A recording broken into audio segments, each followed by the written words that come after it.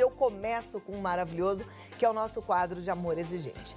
Eu sei que Amor Exigente faz parte da vida de muita gente, faz diferença na vida de muitas pessoas. E eu quero que faça parte da sua vida também, porque é um grupo de auto e mútua ajuda de qualidade de vida.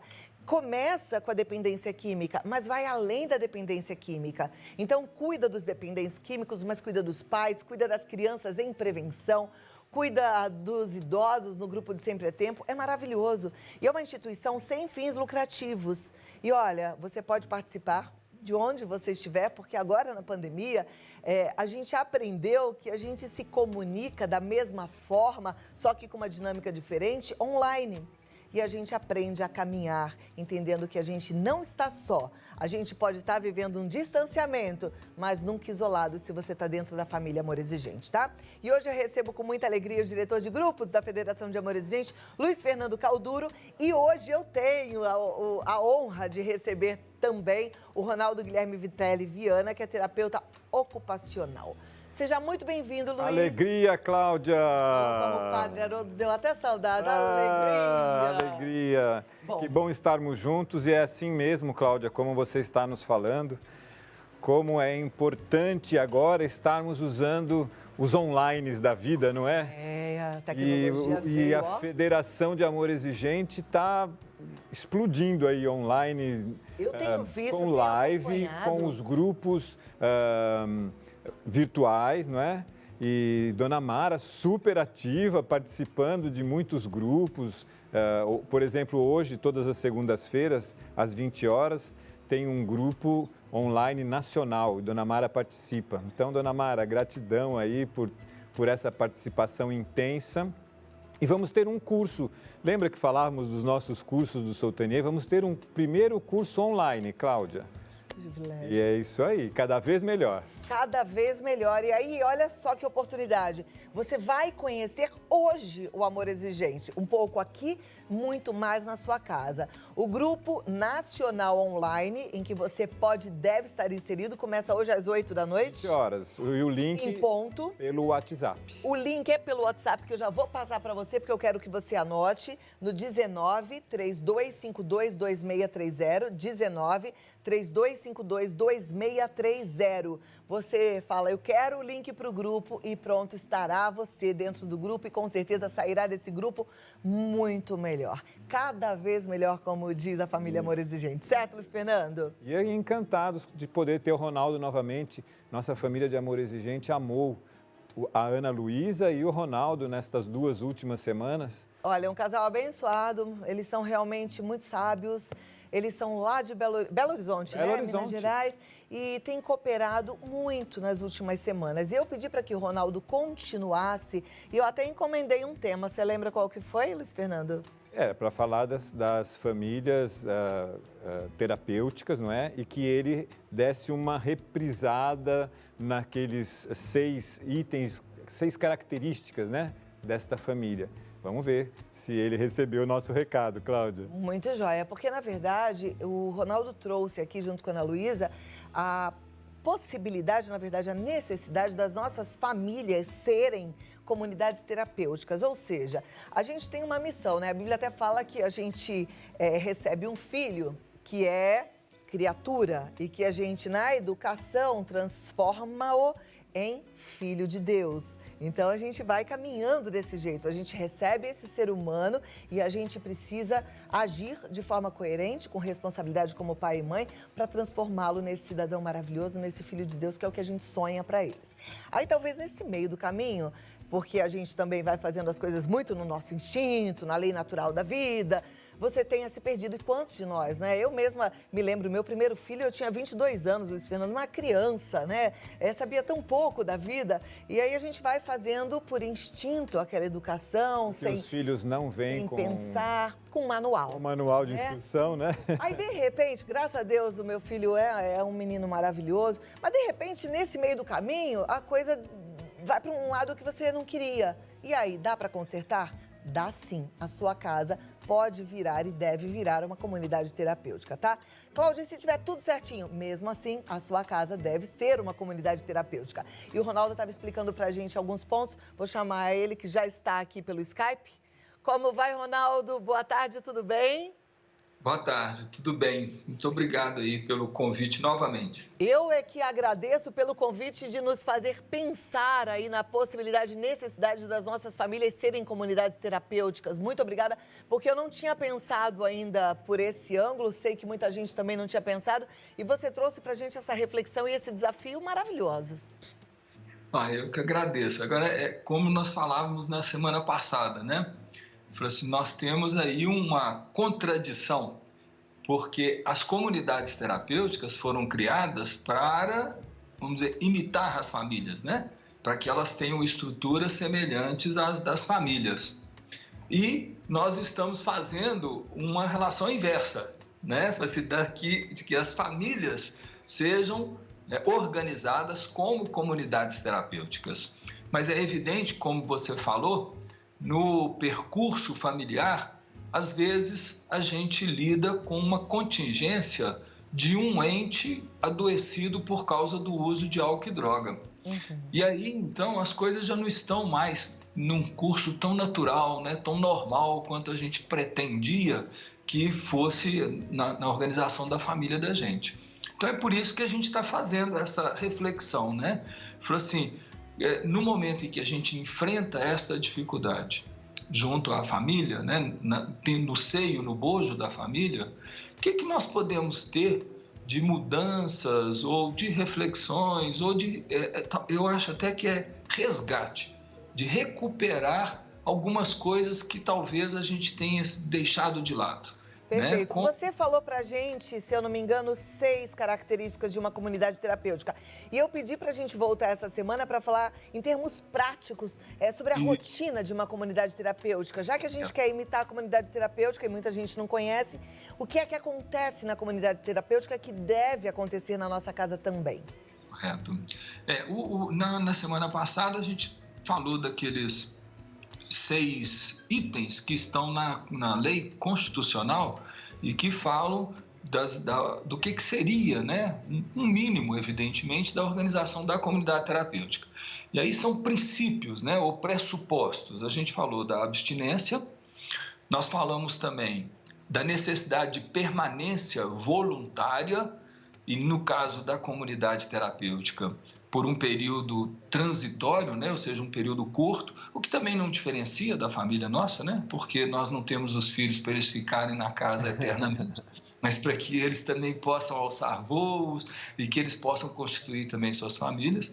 Depois nós falamos da característica mesmo, que até eu falei que é chover no molhado, que é a característica residencial da comunidade terapêutica e que diz acerca dos vínculos estabelecidos, da convivência entre os pares, de atividades práticas educativas que são realizadas conjuntamente, que é o que nós pretendemos, né, dar uma aprofundadinha hoje, na questão da promoção do desenvolvimento pessoal, tudo isso relacionado a uma característica residencial. O quarto item é a questão de um diagnóstico diferencial, porque nós estamos falando de um acometimento grave e que, chegado a extremos, precisa sim de um atendimento qualificado, especial e às vezes nem é insuficiente dentro da nossa própria família, como também insuficiente dentro de uma comunidade terapêutica. Às vezes precisa de uma intervenção médico-hospitalar por causa do agravamento de quadro com comorbidades. Então a gente precisa também de ter esta avaliação. E na quinta foi a questão do desenvolvimento de um projeto individualizado, que é o respeito à singularidade das pessoas. E no sexto seria, que eu até falei que é quase que só para reforçar a questão da voluntariedade, que é a proibição do isolamento físico. E aí a gente até poderia trazer mais uma contradição, né? Porque nós estamos hoje em período de pandemia, todo mundo aí convidado a um isolamento, como uma forma até de proteção, e aí a lei fala que é ao contrário, mas evidentemente que este elemento externo, né, que é a presença do vírus, a ameaça de contágio, é uma estratégia que nos coloca recolhidos. Agora, este recolhimento acaba trazendo vantagens também. E uma das grandes vantagens que tem existido é exatamente este confronto entre os familiares. É a possibilidade das pessoas estarem revendo as suas rotinas, a organização do seu próprio lar. Então, isso é muito bacana. Independente do coronavírus, independente do isolamento social, nós já precisaríamos, né, de ver a organização da família, da casa, de uma maneira mais cooperativa, mais colaboradora, com uma distribuição de responsabilidades entre as pessoas, compreendendo que toda ação, toda realização dentro da casa é a busca de realização da própria família, através da minha realização. Quando eu faço algo, né, quando a mãe faz uma comida gostosa, ou o pai, ou um filho, né, por que não? Quando ele faz uma comida gostosa, ele fica muito satisfeito, muito realizado. E quando ele está dando a oportunidade das outras pessoas de compartilharem daquele alimento ali, essa aí nós poderíamos dizer, né, é um perdão objetivo, né, é um perdão concreto que se efetiva, é a expressão mesmo, né, do compassivo, da compaixão, que eu trouxe aqui nessa leitura inicial tão bonita, né, que foi feita para a gente aqui. Então, essas atividades, a convivência, o realizar as coisas dentro da família, elas têm que ser na busca de entendimento destas atividades como forma de sobrevivência nossa, e é evidente, como forma de cuidados para a nossa própria saúde. Para que a gente lava um banheiro? A gente lava um banheiro porque a gente tem a saúde, para evitar, né, que tenha contágios. Então é maravilhoso a gente fazer, né, lavar um banheiro. E quem é que tem que lavar este banheiro, se não nós mesmos que fazemos o uso desse banheiro? E aí foi muito interessante, porque o período inicial do isolamento social provocado pelo Covid, muitas pessoas que tinham contratadas, né, pessoas domésticas para realizar o trabalho ali de lavar o banheiro, de fazer a comida, pelo isolamento mesmo, seja pelo medo, seja por uma opção lógica, razoável, de evitar o trânsito das pessoas, então acabaram se vendo obrigados a assumir estas tarefas, né? E aí as pessoas começaram a descobrir muitas outras coisas. O quanto que isto é prazeroso, o quanto que isto traz dignidade, o quanto que isto daí faz com que a gente descobre as habilidades especiais de um e de outro na casa. Porque, né, aquela coisa, já que todo mundo come, todo mundo é obrigado a fazer a comida. Tem pessoas que têm uma habilidade maior, têm uma vocação maior, têm mais conhecimento, e que inclusive pode passar para as pessoas, né? Que bacana se um filho adolescente, uma filha adolescente é convidada para estar ao lado, para fazer a comida, e assim está gerando um aprendizado, né? Isso é muito gostoso.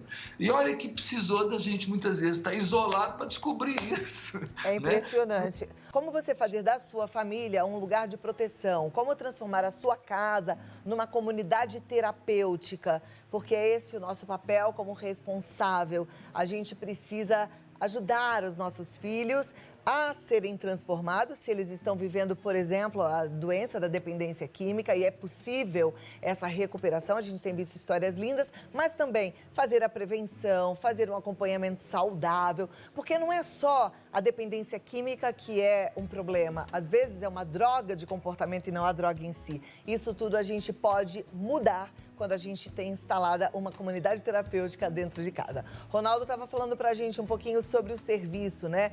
E ficou aqui no meu coração a frase que você usou, que o serviço, o cooperar em casa, o limpar um banheiro, fazer uma comida, limpar a casa, traz dignidade. É isso, né, Ronaldo? Com certeza.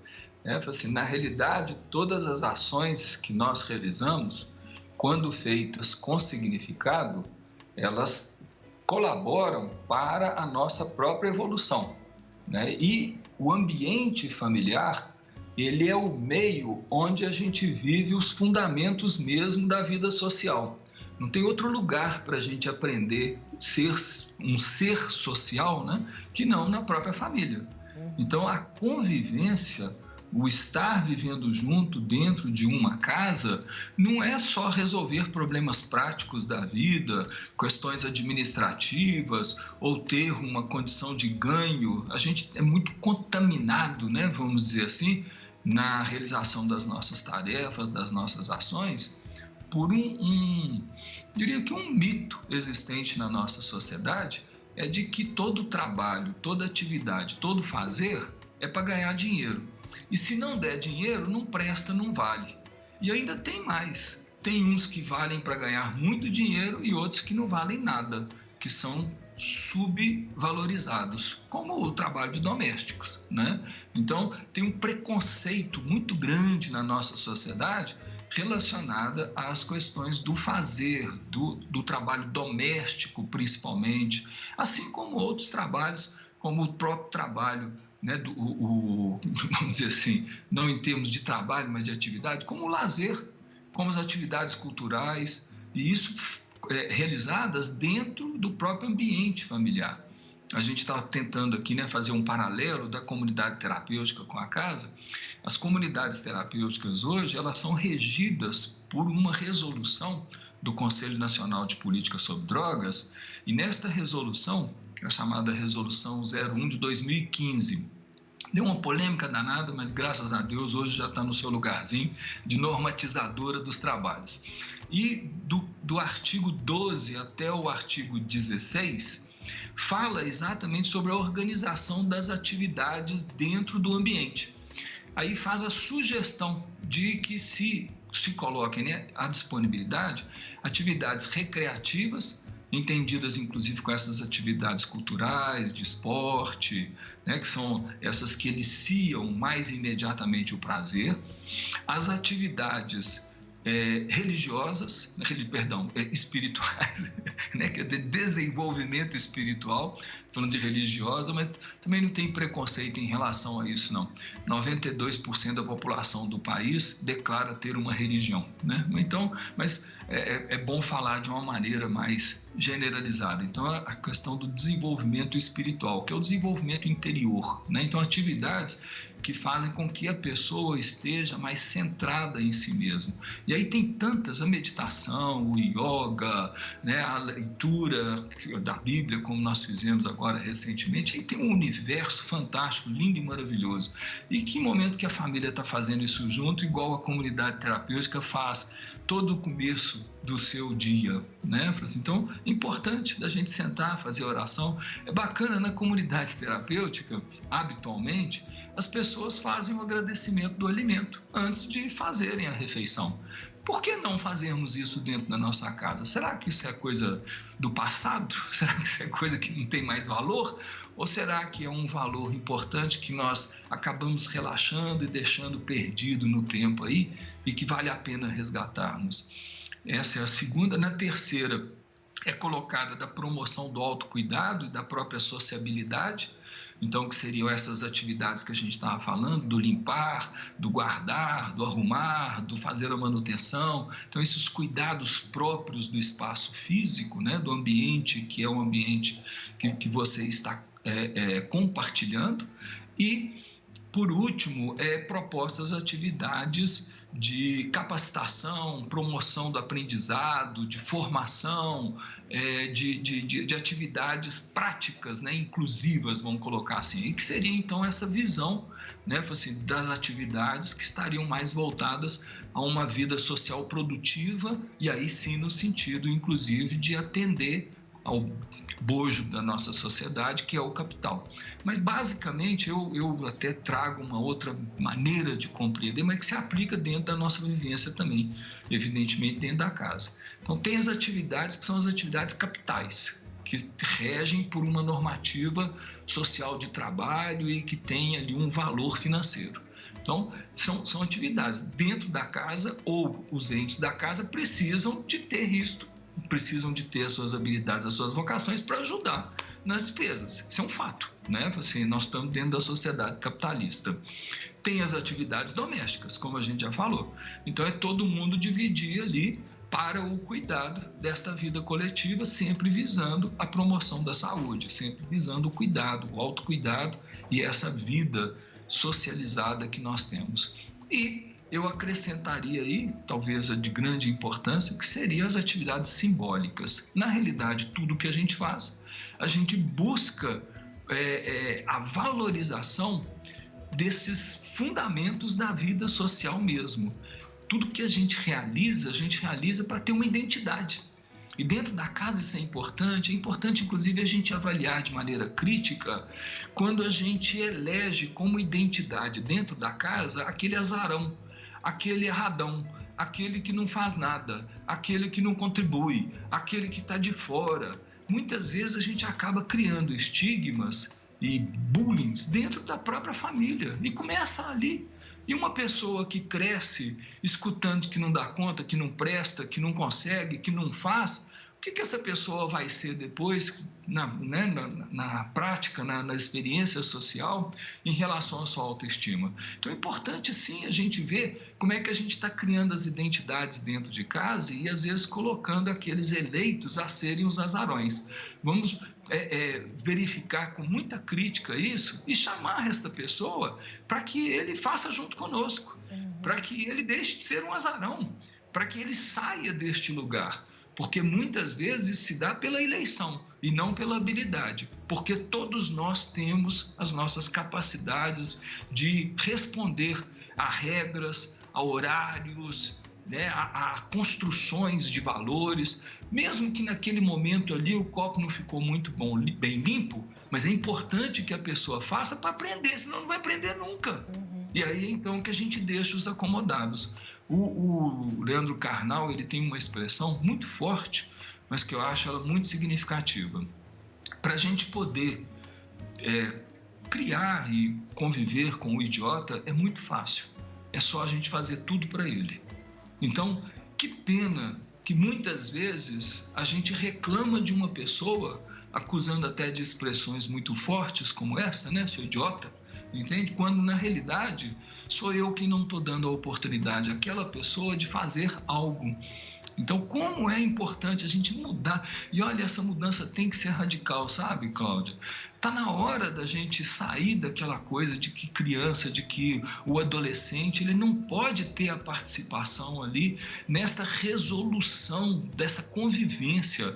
E olha, até mesmo colocando ele como um integrante que vai trazer contribuições de decisões, Assim, nós vamos mudar de casa, entende? Nós vamos mudar de casa por quê e para quê? Isso parte de que necessidade? Como é que todos os entes familiares estão participando disso? Eu não posso tomar decisões isoladas. Eu não posso, de repente, chegar na telha e falar, não, agora eu vou mudar porque eu vou atender a minha necessidade de trabalho. E aí eu tenho mais 3 filhos e eu não atendo a necessidade deles que estão ali já com um círculo de relacionamento, de amizade bem construído. Hoje é o dia da amizade, é importante, É muito importante essa valorização do afeto entre as pessoas, essa construção que existe, Não sei se eu estou exagerando ou extrapolando, não, mas até o Jesus mesmo falou que irmão, mãe dele é quem está pertinho dele ali. Então, essa construção mesmo verdadeira do afeto, do amor, e que faz com que a gente, então, tenha essa vivência altruísta, Esse atendimento às pessoas. A construção do homem, a construção da pessoa, ela se dá no seu universo interior. É quando a gente confere um significado à nossa existência.